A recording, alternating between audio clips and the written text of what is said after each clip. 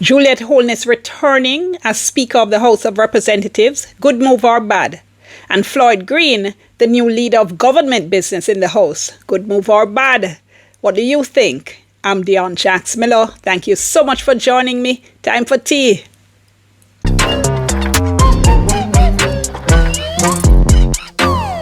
So let me start with Agriculture Minister Floyd Green taking over as the new leader of government business in the House of Representatives. He takes over from the veteran Ed Bartlett. So, good move or bad? This is not a good move. It's a very good move. Floyd Green is a three-time MP. He represents the constituency of St. Elizabeth Southwest. He's a lawyer. He returns as Agriculture Minister, a portfolio he really seems to understand and that he seems to be making progress in. He's super impressive as a politician. He's one of the ones people talk about when they talk about possible future prime ministers. He's really bright. He's affable as well. Good people skills. People like him, and he also seems to be very results driven. So I have really high hopes for him in this position. Now, of course, he's almost never put a foot wrong, except, of course, for the infamous COVID party during lockdown that outraged members of the public so much so he had to resign from the cabinet for a while. He really disappointed a lot of people with that particular mess, but you know something, we're all human, we all mess up, we all make mistakes. He paid a price for that particular mistake, he's put it behind him, and I'm going to say the political sky is the limit for Floyd Green, so I'm really anticipating a lot from him in this new position as leader of government business in the House of Representatives. I had both him and the returning leader of opposition business in the House, Philip Paulwell, on my radio program after the swearing in of the parliamentarians, and there was just a lot of good energy between the two of them. You got a sense that there is going to be a lot of working together, a lot of collaboration and cooperation. So again, yes, very, very good choice here of Floyd Green as a new leader of government business in the House. Now, Juliet Holness, elected once again as Speaker of the House of Representatives. Good move or bad? On this one, I'm going to say bad move. She was elected without the support of the opposition. Now, before the swearing in of the MPs, we had the swearing in of the senators, right? And you had Tom Tavares Finson being returned as the president of the Senate. There now, we saw him being nominated by the leader of government business in the Senate, Kamina Johnson-Smith. It was seconded by the leader of opposition business in the Senate, Donna Scott Motley, and you had the full support of the opposition in the Senate for Tom Tavares Finson again being named the president. Now, that never happened in the lower house, in the House of Representatives. You could almost see the opposition members sitting on their hands. The nomination and the seconding both came from the government side. There was also no applause, just silence on the part of the opposition during that whole process of naming the speaker. This was to be expected though, because the opposition had sent out a statement before the swearing in saying they would not support for speaker either Mrs. Holness or the speaker before her, Marissa Dalrymple Philibert.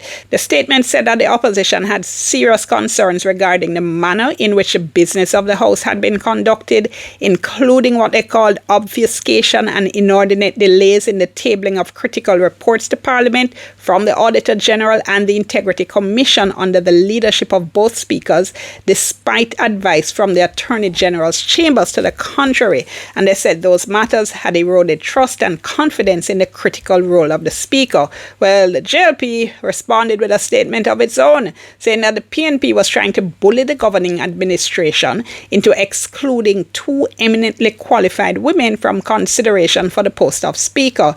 Now, by the way, if you've ever wondered why there seems to be all this commotion around whoever is the speaker at the time when they're being elected, at the time when they're moving over to the chair, that has its roots in the UK system of parliament, right? So what happens in the UK? So when a new Speaker of the House of Commons is elected, whoever is a speaker is physically dragged to the chair by other MPs.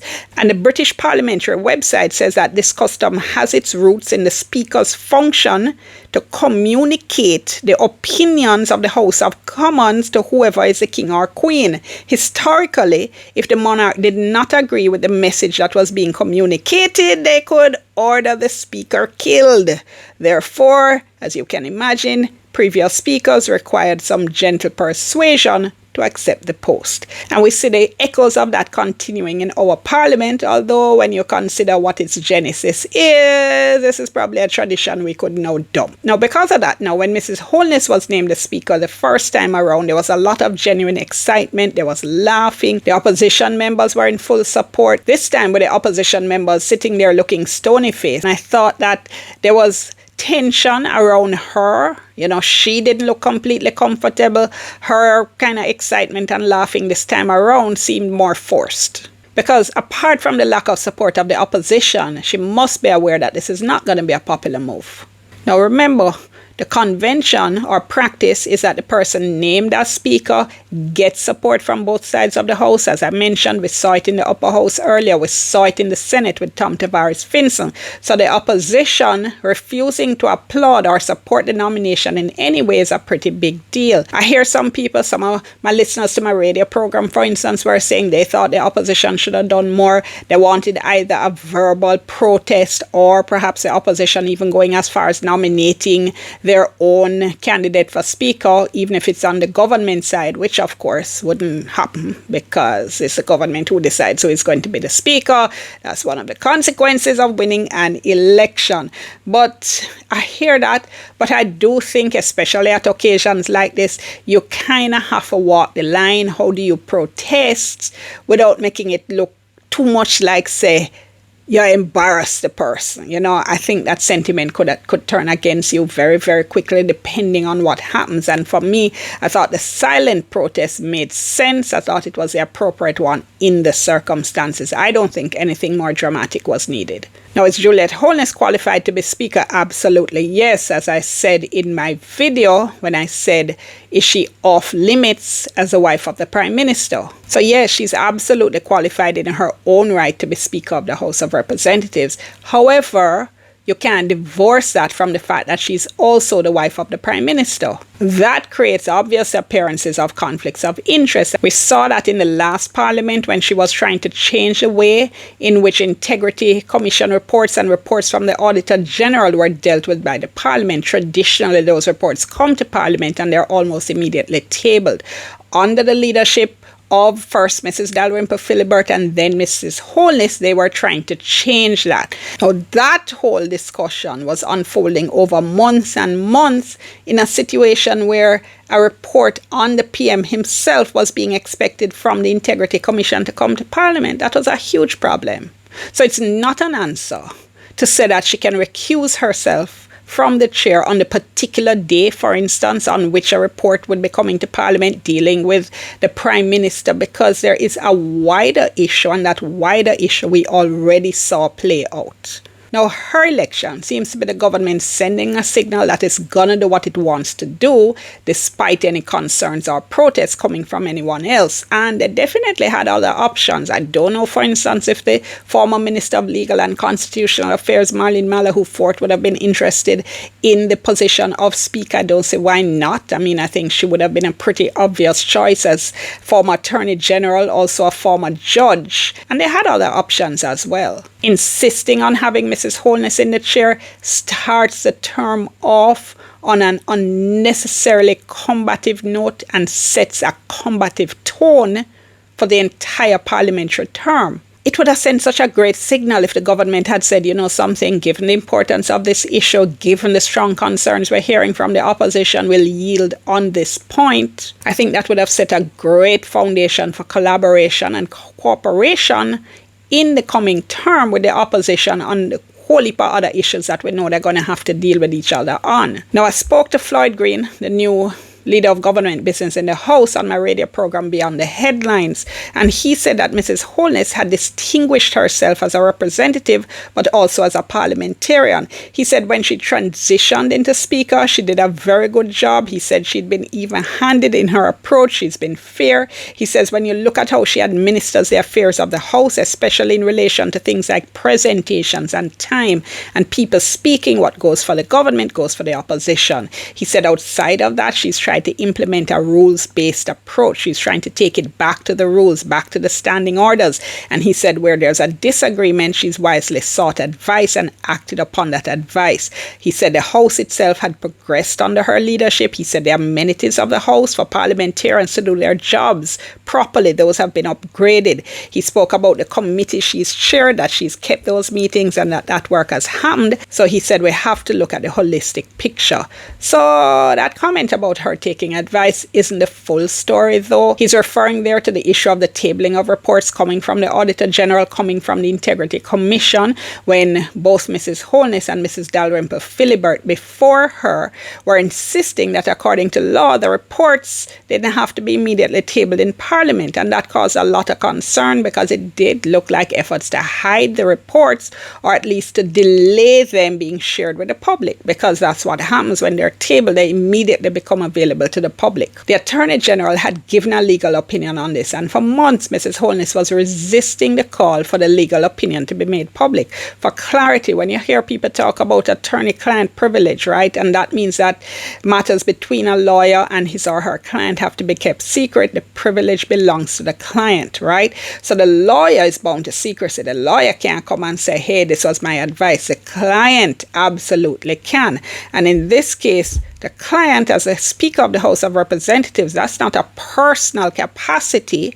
The Speaker of the House of Representatives, which by extension represents the people, that was a matter of public discussion and public concern, and absolutely should have been quickly shared with the public. Now, when Mrs. Holness finally bowed to public pressure, and it was very clear that she was only releasing the report because of the immense public pressure at that point, and it showed that the opinion had said there was absolutely nothing unlawful about the reports being treated as they had been treated, which is being immediately tabled in the House. Both the Solicitor General and the Auditor General said the normal practice of immediately tabling the reports did not violate either laws or standing orders. And even when Mrs. Holness finally, as I said, bowed to public opinion and tabled that legal opinion, what she said at the time was concerning. She said, I will continue to table reports according to the previously established practice for the time being. She then said, nevertheless, and in the interest of good governance, I urge this House to act quickly to review the relevant legislation to remove any ambiguity or gaps in the process. Now, there are no gaps in the process. There are no problems with the process before Mrs. Dalrymple Philibert and Mrs. Holness went down this particular road, right? And what that sounded like to me was an indication of the fact that there may then be attempts to amend the standing orders to change the practice of how the reports are tabled. I'm not convinced that this particular matter is necessarily over, and I'm still concerned that it might come up again during the life of this Parliament.